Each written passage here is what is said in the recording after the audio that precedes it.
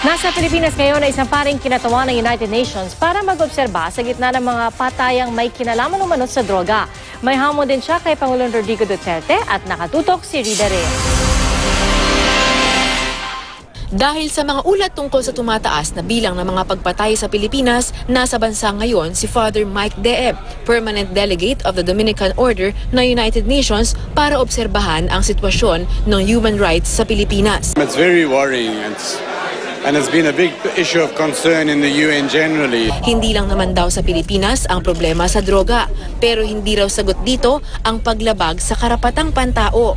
Kaya hamon niya kay Pangulong Rodrigo Duterte, As a president, you have a big responsibility to listen to everyone and to not be a polarizing figure.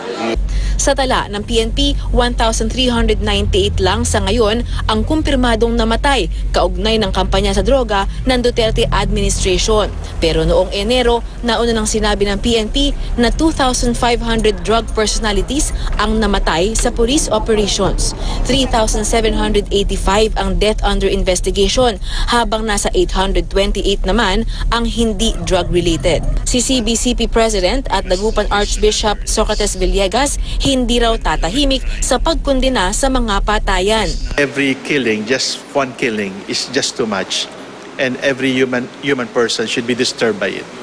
Ilang beses na rin binanatan ni Duterte ang simbahan, bagay na hindi raw papatulan ni Villegas. Kaya mensahe niya sa Pangulo, We are praying that your vision for pagbabago in the Philippines be successful, but certainly within the context of exemplary leadership. Wala pang bagong pahayag ang Malacanang tungkol dito, pero dati na nitong iginiit na hindi state-sponsored ang mga nangyayaring pagpatay. Rida Reyes, nakatutok, 24 Oras.